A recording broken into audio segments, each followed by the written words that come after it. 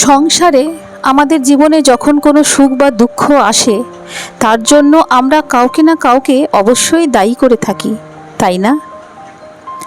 এই ব্যক্তি আমাদের সাথে এরকম কাজ করেছেন, তাই আমার সাথে এমন হলো। ওই ব্যক্তি যদি এমনটা না করতেন, তাহলে আজ আমি ওই স্থানে পৌঁছতে পারতাম।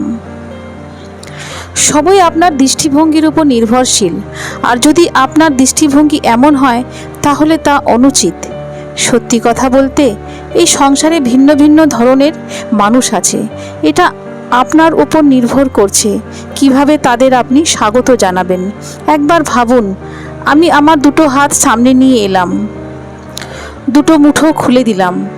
দুই প্রকারের মানুষ আসবেন, কিছু না কিছু দিয়ে যাবেন।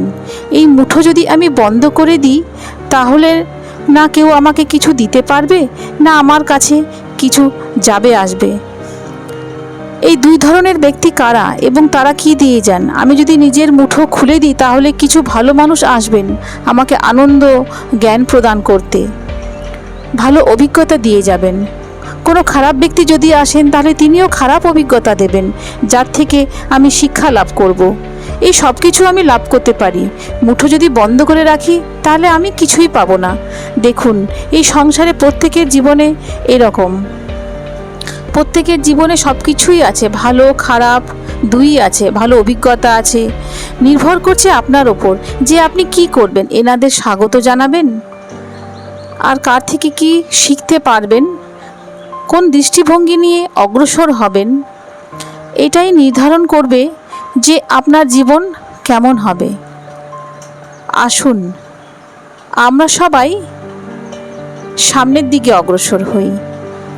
জীবনে যখন কোনো ব্যক্তি নিজের লক্ষ্য প্রাপ্তির জন্য নিরন্তর পরিশ্রম করতে থাকেন, চেষ্টা করতে থাকেন, তখন তিনি কষ্ট অনুভব করেন, কখনো শারীরিক কষ্ট, কখনো মানসিক কষ্ট।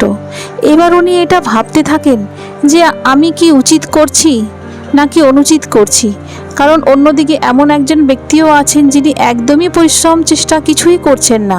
তিনি মদিরা পান করেন, বিলাসিতায় জীবন কাটান, অলস প্রকৃতির হয়ে ওঠেন, নিদ্রাতে বিলীন হয়ে থাকেন আর ভাবেন যে তিনি সুখ লাভ করছেন। কিন্তু এরকম কেন হয়?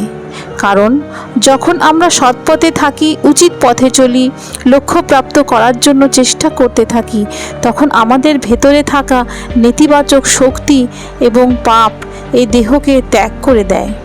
আর এই অনুভূতিটাই আমাদের দুঃখের অনুভূতি দেয়, কষ্ট দেয়। এবার সেখানে যদি আমরা কুপথে চলি, অনুচিত পথে চলতে থাকি, তাহলে আমাদের ভেতরে থাকা পুণ্য এবং ধনাত্মক শক্তি আমাদের দেহ ত্যাগ করে দেয়। আর এই অনুভূতির কারণেই আমরা সুখ অনুভব করি। কিন্তু কখনো ভাববেন না যে এই সুখ বেশি সময় পর্যন্ত থাকে না। সেই জন্য সবসময় মনে রাখবেন, যদি আপনি জানেন যে এটাই আপনার লক্ষ্য, এটাই উচিত পথ, শুভ পথ, তাতে নিরন্তরভাবে এগিয়ে যেতে চেষ্টা করতে থাকুন। এই কষ্ট আপনাকে সুখের পরিকাঠায় কখন পৌঁছে দেবে তা আপনি জানতেও পারবেন না। আসুন আমরা সবাই সামনের দিকে অগ্রসর হই। তুমি যা চাও তা হয়তো আজ পাচ্ছ না, কিন্তু তার মানে এই নয় তুমি কখনো পাবে না। সময় লাগে, ধৈর্য লাগে, আর সবচেয়ে বেশি লাগে বিশ্বাস। নিজের পথ নিজেই তৈরি করো। একদিন সাফল্য তোমার দরজায় কড়া নাড়বেই।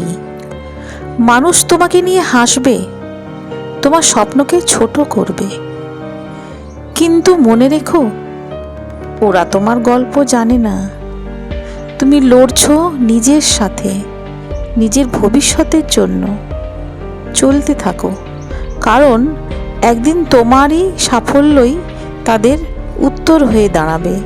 হার মানা খুব সহজ, কিন্তু জিততে হলে লড়াই করতেই হবে।